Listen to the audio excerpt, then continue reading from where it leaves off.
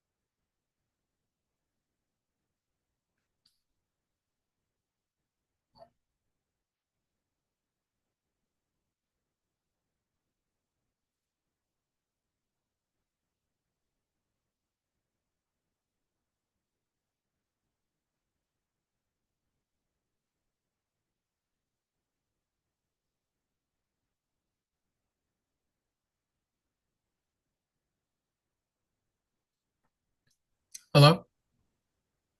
John, let me turn my camera on. There we go. All right. Hi. How are you?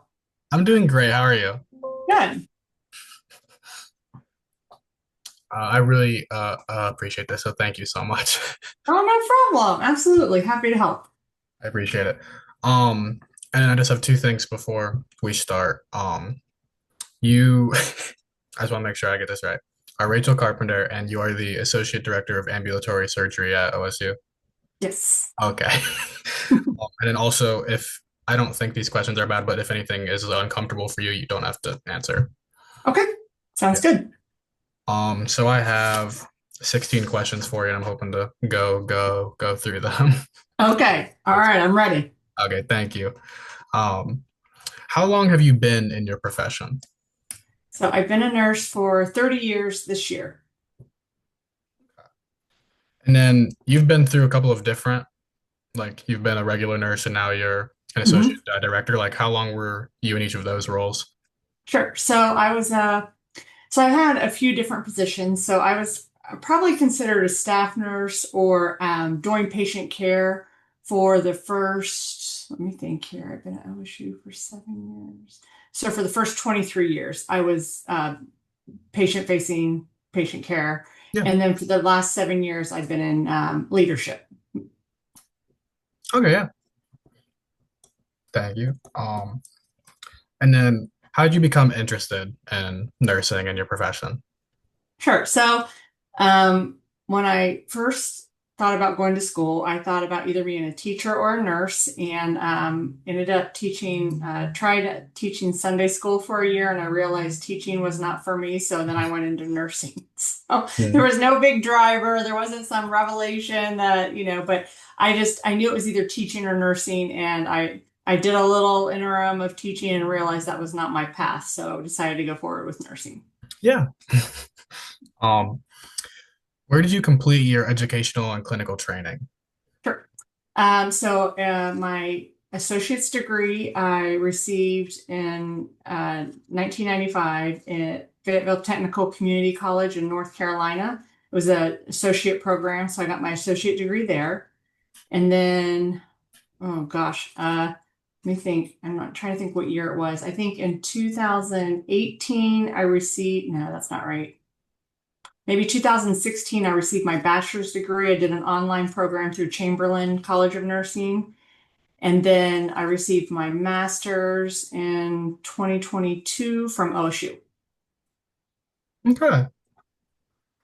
Um, how do you think your program did to like prepare you for your career? Like, do you think it did a good job or like anything specific that it did? Yeah, so I thought my associate degree was great. I thought it was, I had really great instructors. It was pretty serious. They took it very seriously. They held us to a high accountability. Hmm. So I think I was well prepared for nursing when I came out of that program with my associates. And then, my bachelor's and my master's was really,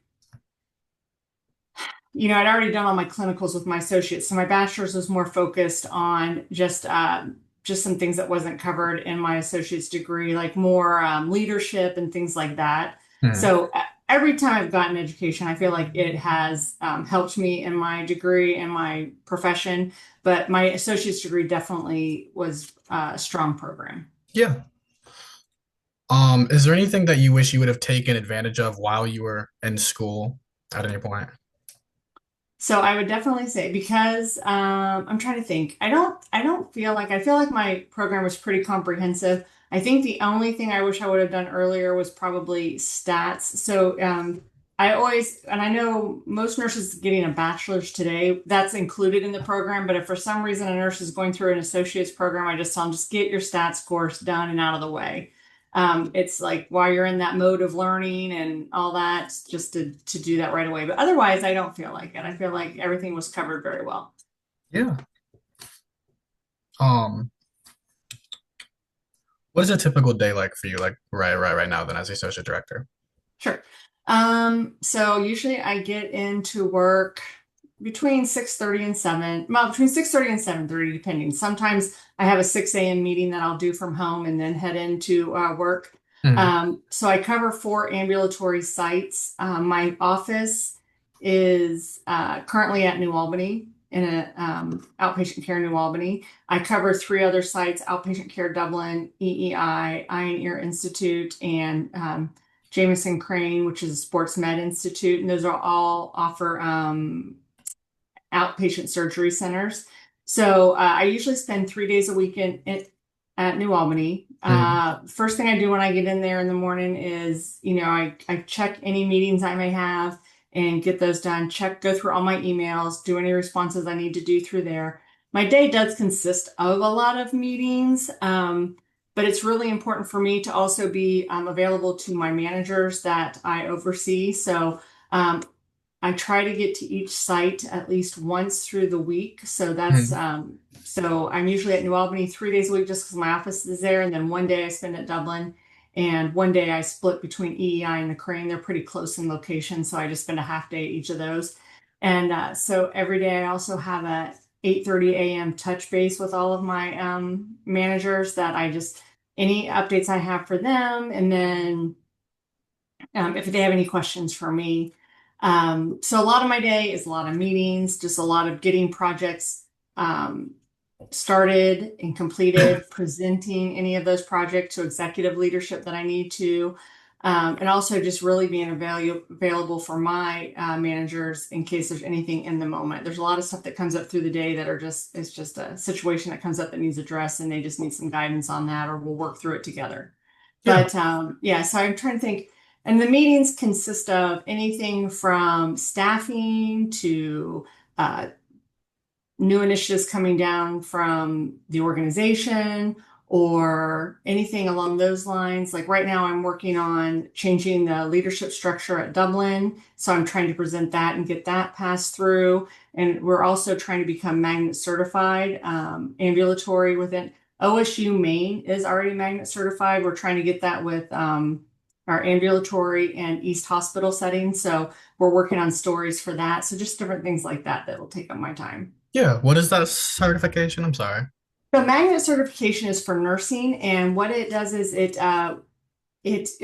just a designation, and it's kind of a feather in your cap sort of thing. But it's called magnet, and you have to meet certain criteria to be awarded that certification, and it draws nurses to your organization. It just shows that you really are dedicated to supporting nursing, and nursing, especially bedside nurses, have a say in how care is provided and being an integral part of any initiatives and things like that. So it's a nice little thing caveat for a hospital to say that they have a magnet designation. Yeah, I got you. I don't know if you can go into much detail into this. Like, what would be a situation that would come up that like your managers would need you for?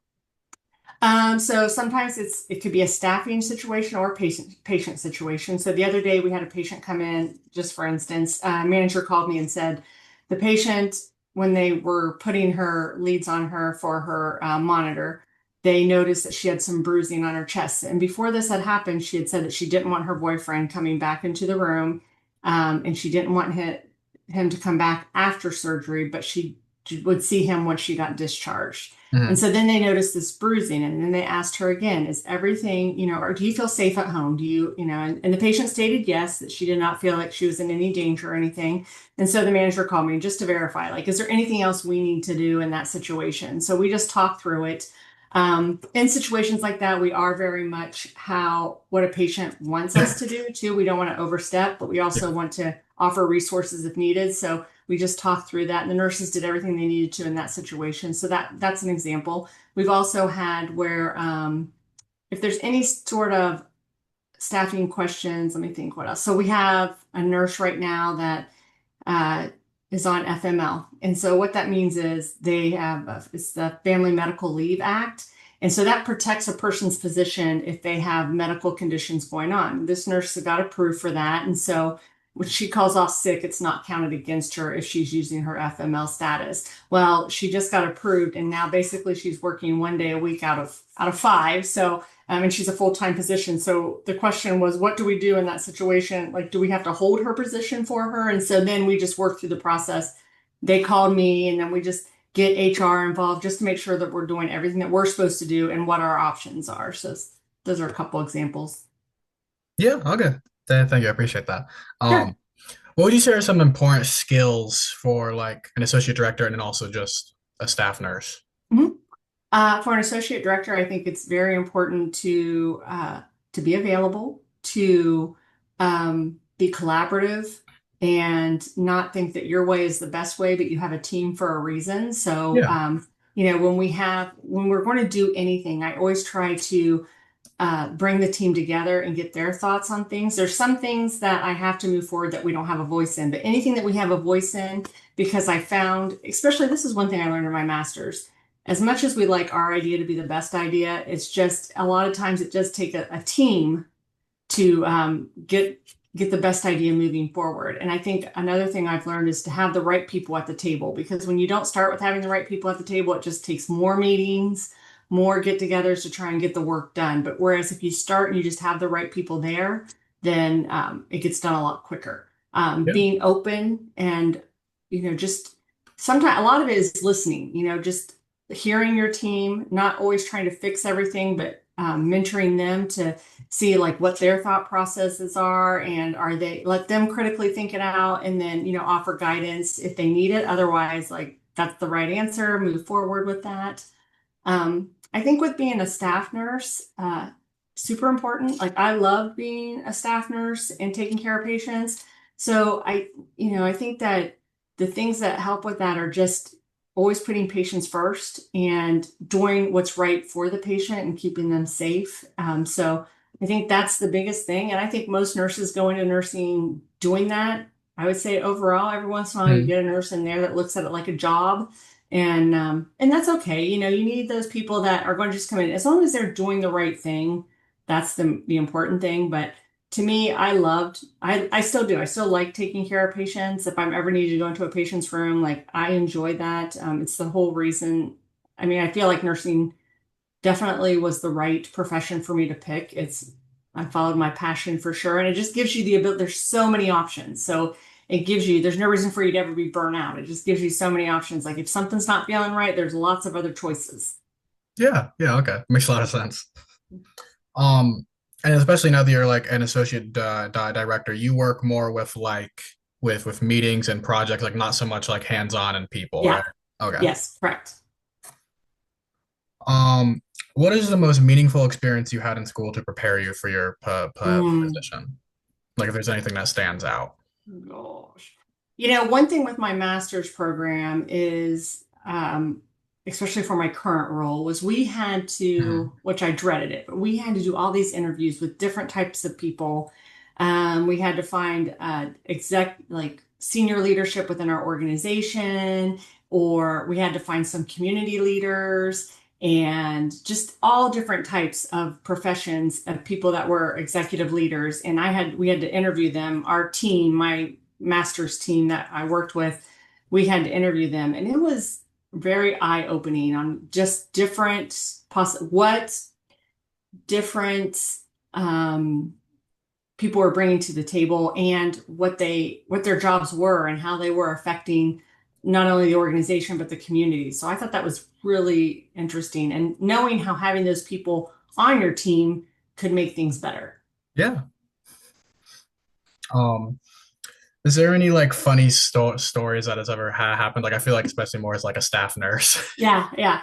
There's always funny stuff. So and I'm terrible about remembering all the things, but Yeah. I was just there's just so many things that happen, and it definitely is at the bedside. One of them was one of our nurses. Oh my gosh, she was so funny, but she was great nurse, and she was doing an enema one time on a patient. And so I don't know. Do you know what an enema is, John? I'm familiar with the term, but I don't. Okay, so what it is like you're going to learn a lot. You put water into the rectum, and that pressure it helps the patient have a bowel movement. So she was doing this. She was in the room and she was doing this, and the tube came loose. And when she did it, and when the tube came loose, she gasped, but then part of the water from the enema got in her mouth. So I mean, it's not like it's terrible, but it's also funny, and you're Yeah. like, oh my gosh. So another thing is just with our some of the best moments I've had is just with your coworkers. Like we just have very fun experiences and being with each other, and you work so closely together. You're like a little family. So just some of those fun experiences, like Yeah. celebrating each other, and those things are some of the best times I've had as a nurse too. Yeah, I was gonna say like certainly as coworkers, but have any people you met in your profession are you like friends with now, or you like try to keep up with? Yeah, a lot. So actually every position that I've ever uh not ever, but I'd probably say the last four different positions that I have had has been related to someone that I've worked with, and they have helped me get that position, or they've said, hey, you should apply here or do this. So I still, especially with Facebook now, like you can just like, there's a ton of nurses that I worked with 20 years ago that I'm still friends with. And that's how I ended up getting at OSU. I had reached out to probably three or four nurses that I'd worked with in the past that had gone on to different organizations. And I said I thought I might be looking for a change and didn't know if they had anything or knew of anything. And so one of the ones that we used to work in the OR together 20 plus years ago. And she said, um, I have positions at OSU if you're interested. And so that's how I ended up getting up there. So it's just those contacts and those friendships. And still to this day, people will reach out and say, hey, my family member has to come to OSU. Who do you recommend? And I do the same. Like, or if someone applies and we know that they worked at one of the places that we've worked at, and I know someone, I'll reach out and be like, hey, tell me what you know about this person. Good Hmm. person? Should I be wary? And that sort of thing. So all the time. Yeah, yeah. And then this is certainly one that I would want you to be like comfortable in saying. So if you can't answer, that's perfectly fine. Is there any like scary or like really bad experience that comes to mind? Sure. There was a time I was, it's always scary when a patient starts not doing well. But probably one of the scariest times, I mean, your first code is always your scariest, and then the more you do them, you get used to the skill set needed, and then Yeah. being there with families. But one of the scariest times for me was I had a patient, I was in charge at the time, and it was at change of shift, and the patient's alarm was sounding. And so we had a float nurse come up to the floor, and it was her patient. And while she was getting situated, I said, let me go check on your patient. So we go in there, and I worked at Mount Carmel at the time, and the patient had two marks on her forehead, and I didn't know what they were. And there were some surgeons rounding at the time. There were some docs rounding at the time, and one of the doctors came in, and the patient was a do not resuscitate. So that means that they didn't want to be coded or anything. So we're like, okay, we'll follow their wishes. But when the aide went to, so the patient ended up being declared dead. We didn't know what the marks were on the head, and we didn't know if she fell out of bed and got back into bed or what happened. Mm. So she ended up getting declared dead. And when the PCA, the aide, was cleaning the patient up, um, he came to me and he said, listen, when I lifted her head, there were some bone fragments that were coming. And I was like, so we went back in. So what had happened was the patient had had a severe stroke. That's why she was in the hospital. Her husband, they had had a pact. It was an older couple. They had had a pact that if they were not anything physically health wise, that they would pass away together. So he ended up shooting her, and that's what he had held a little 22 up to her head, and that's what the two marks were on her forehead. And then he went home. He had left. He wasn't in the room anymore.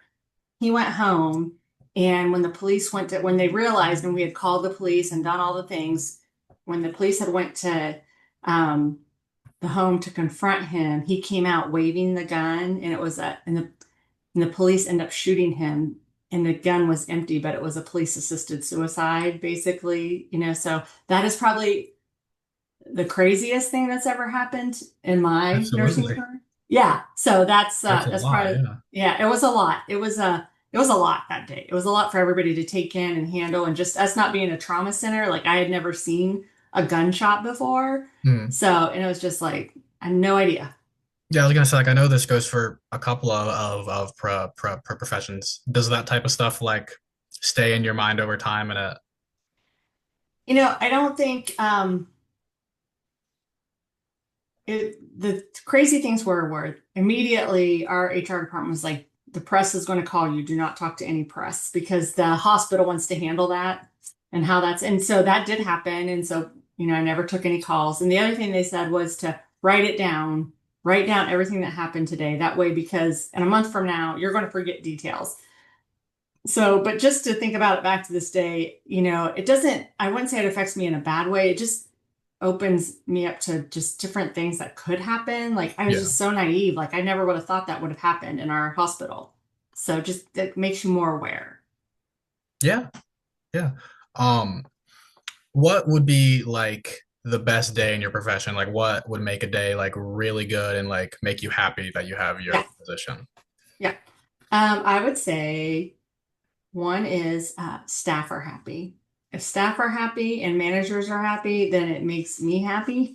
Mm. Days when the things that I'm trying to get through, initiatives or proposals, they get accepted and they like the idea, like that is a good day. Hmm. Um, and just hearing patient comments that the areas that you're running, that they feel like they're very valued and getting the best care they can get are definitely the best days. Yeah, they make you feel validated. Yeah. Yeah, Yeah. yeah. And now you had been a staff nurse for 23 years, I believe you said, and then Yeah. associate director for the rest. Um, do you remember like different facilities you worked at? I remember you said Mount Carmel, and you work at Mhm. Albany now. So I worked at Mount Carmel for my first 12 years, and then I worked at Fairfield Medical Center for the next 11 years. And then I've been with OSU for the past 7 years. So I'm hoping that OSU is where I retire from. Hmm. But, I think one thing is I guess one thing I've learned is don't ever stay somewhere because you feel like you have to.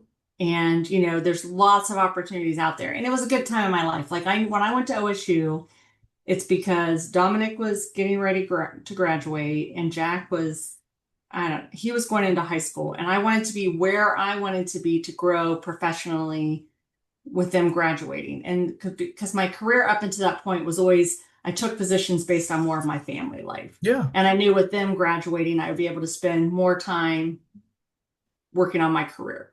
Hmm. Yeah, yeah. Um, and then I have a sentence that I want you to complete. You should avoid this profession if. So I think there's a couple of different ways to think that. Let's see. You should avoid this position if you're not centered around patients first. If you're looking just to go straight into leadership, you're never going to be a good leader. you have to be able to understand what it takes to be a good nurse patient facing first. Yeah. So I never feel like there's people that you're going to encounter that have been a floor nurse for 2 years and now they're a manager. And I'm not saying they can't be successful, but I definitely feel my 23 years at bedside did help me. I don't know that you need 23 years before you become a manager, but it definitely makes me more empathetic to that. I Yeah. always feel like the strongest thing I am when I was a manager, I was a staff advocate because I felt like if my staff were happy, then patients would be happy. And now I feel like as an associate director, if my managers are happy, their staff will be happy, and then the patients will be happy. So everything is just like, to me, a trickle down effect. And if Yeah. I'm giving my teams what they need to perform daily, then everything's going to go well. Yeah, yeah, I got you. You want to be able to relate to everybody like below you. Yes. Um, and then you originally had your associate's degree. Was Mhm. there like any particular reason that you went and got your bachelor's and your master's and like changed from a staff nurse to associate director? Yep. So when I got my associate degree nurses could do a lot of things, even be a manager and all these things. And so then about gosh, I'm trying to think. I think I was a nurse for 18 years when I went back for my bachelor's. And at that time, they were saying they were going to try and only hire bachelor degree nurses into hospitals. Like if you were already in the hospital, you were safe, but to change positions, to go to another hospital, it may be really hard. And so I was happy where I was, but I didn't want to be stuck if for some Mm, reason that would change. So that's why I went back for my bachelor's originally. And then when I went to OSU, my first job there was an assistant nurse manager, and it was at the James. And the only way you could be a manager at the James was to have your master's. So I was like, all right. So I went back. The nice thing about OSU is they pay you to, I mean, they pay for your schooling. That's one of their benefits. So, but that was also with my bachelor's too, that there was tuition reimbursement. So I was very mm. fortunate. I did not have to pay for either one of those Yeah. degrees. But that's the reason. Mine was, if I could have done everything I could, I hate school, John, but I knew that I had to do those things in order to get where I wanted to be professionally. So Yeah. if I did, that was my driver. I didn't want to be stuck, and I wanted to be able to pursue upper management. So Mm. I needed that in place. Yeah, no. And then did you work while you were getting like your bachelor's and your master's? Like you did both? Yeah, yeah, both full time worked, and then but both were online, so that Mm, was okay. nice. Yeah, I was gonna say like how So hard is that? Because my yeah, plan currently is to get a bachelor's and then not immediately, but I'm certainly open to a master's or other like education in the future. And I was yeah, wondering like, is that very yeah. stressful or is it just a bit more? Or... I think that's smart. Like, get your bachelor's, just do it and get it now. And then your master's, it just depends what you want to do. Like, so I got my master's is in Masters of Healthcare Innovation. It's not just nursing. Mm, Other healthcare professionals can go into that, can get that. Um, I think that everything is doable. And the nice thing about nursing is it's very flexible. So let's say you want to become a nurse practitioner. And a lot of times people are fine. And then once they have to start really doing their heavy clinicals, they need to cut back their work hours to work part time.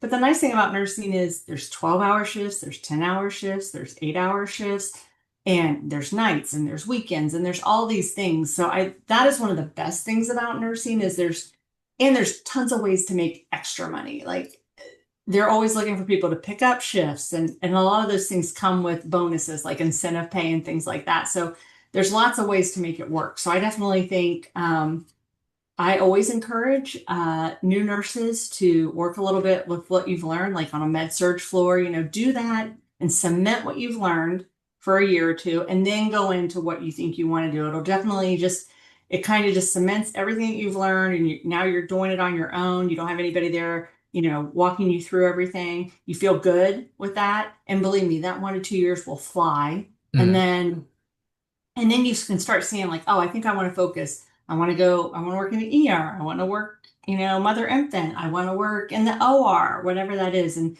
it just, I think it gives you a good idea. And plus, if you want to further your, unless you are dead set, like you just know, I've always wanted to work with cancer patients. I want to be a nurse practitioner. That's what I want to do. Hmm. Um, it kind of shows you some different options because there's a lot of things you can do with your master's. You can do education, you can do a nurse anesthetist, uh, nurse practitioner, leadership. I mean, there's just so many things. Yeah, So there's lots of venues. I got you. And then for my final question, is there any other advice that you would give to someone pursuing career either in nursing or like a master's and further on, like knowledge or skills or any like information, anything like that? Like anything that No, stands out? I think the biggest thing is if you are whatever you're doing in nursing, like I have learned. So when I started, I was a med surg nurse on an ortho neuro floor. And then I went down to the OR I did that for 2.5 years. And then I went down to the OR for 2.5 years and I really missed being with patients. So then I went back to the floor, but I took like, they called them care managers, but they were charge nurses at the time. I went back to that and I focused on neurosurgery and loved it. Hmm. And then uh, we moved back down to Lancaster, and I thought I'm just going to take a little. They call them just different things at different places, but like a contingency nurse where you don't have to work all the time, um, like you a couple days here and there. So I thought I'll just do this little job at Fairfield Medical Center, just get my foot in the door, see if I like it, and thought I would do pre-op. So then I did that. Ended up taking a full-time job there, and that's why I left Mount Carmel and Hmm. worked there for 12 years. And it was amazing. Like I loved being a pre-op nurse. And then ended up going to OSU and I'll went into more of a leadership position. So um, I think my whole point of that is that there are just so many options, and you're going to work with people where you see them burnt out and not happy. Yeah. And that's their own doing because there are so many options in nursing. There are jobs from home now where people work remote and they work with insurance or chart reviews and things like that, or even calling our whole team that calls patients before surgery. They now work at home and they just make those calls from home and they just clock in from home and do all of that. Um, and then there's education. So it's not even like you're not necessarily taking care of patients, whether it's education where you're teaching people to become nursing students or education where you're teaching nurses in the hospital. Hmm. There's leadership positions, there's school nursing, there's nurses in big businesses that work in companies and they're their nurse. So there's just so many different options. And even within the hospital, like floor or the emergency room or the OR, or there's just so many different things to do. So I would definitely say if you're not feeling your position and it does not, you're dreading going to work every day, like there's options and Yeah. pursue this. Change is scary, but it's worth it. Like there's never been a time that I've not learned and taken something that I've learned on with me to my next position. It's made me like who I am today. So just don't be afraid to change and do what makes you happy. Hmm. Yeah, that sounds great. Thank you. You're welcome. That's all of my questions. Well, that was easy. Uh, Nothing too hard. So you're thinking like you want to go into nursing? Is that hmm. Yeah, that's exciting. it is. Well, Thank you. anything I can do, please let me know. I'm always happy. And if when you graduate and you start looking for a job, I know lots of people in lots of places. So if there's some, whether it's Fairfield Medical Center or, at OSU or anything like that, John, just I'm happy. I'm always happy to help future nurses. Thank you. I appreciate that so much. Yes, absolutely, absolutely. You have my number and you have my email. So anything in the future, you let me know. Yeah, I hope you're sure to do that. Okay, great. Yeah. Have a great day. You too. Thanks, John. Bye. Bye.